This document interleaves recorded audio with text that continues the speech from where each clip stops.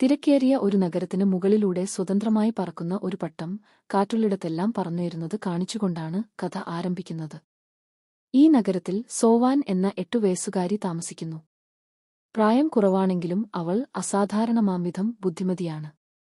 എല്ലാ ദിവസവും അവൾ തന്റെ ഉറ്റ സുഹൃത്തായ യൻസൂക്കിനൊപ്പം സ്കൂളിലേക്ക് നടന്നാണ് പോകുന്നത്. ഒരു ദിവസം രാവിലെ സോവാൻ സ്കൂളിൽ പോകാൻ ഒരുങ്ങുമ്പോൾ അവളുടെ അമ്മയോട് മുടി കെട്ടിവയ്ക്കാൻ ആവശ്യപ്പെടുന്നു. അവളുടെ അമ്മ ജോലിയിലും വീട്ടുജോലികളിലും വളരെ തിരക്കിലാണ്. സോവാനെ സഹായിക്കാൻ അമ്മയ്ക്ക് സമയമില്ല. അവളുടെ അച്ഛൻ ഇത് ശ്രദ്ധിക്കുകയും അവളുടെ മുടി കെട്ടിവയ്ക്കാൻ സഹായിക്കുകയും ചെയ്യുന്നു.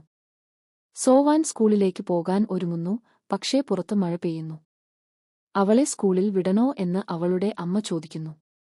സോവാന് അമ്മയുടെ തിരക്ക് നന്നായി അറിയാം. അതുകൊണ്ട് അവൾ വേഗം നടന്ന് 3 മിനിറ്റിനുള്ളിൽ സ്കൂളിൽ എത്തുമെന്ന് പറയുന്നു. സുരക്ഷിതമായതിനാൽ പ്രധാന വഴി സ്വീകരിക്കാൻ അവളുടെ അമ്മ അവളോട് പറയുന്നു.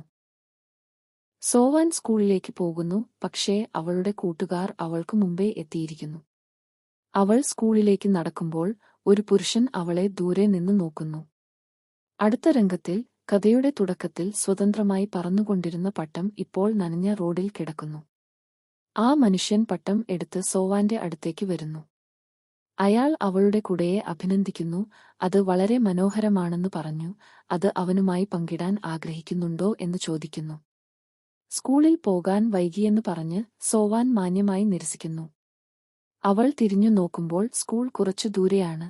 പക്ഷേ കനത്ത മഴ കാരണം സ്കൂളിന് പുറത്തുള്ള പ്രദേശം ശൂന്യമായി.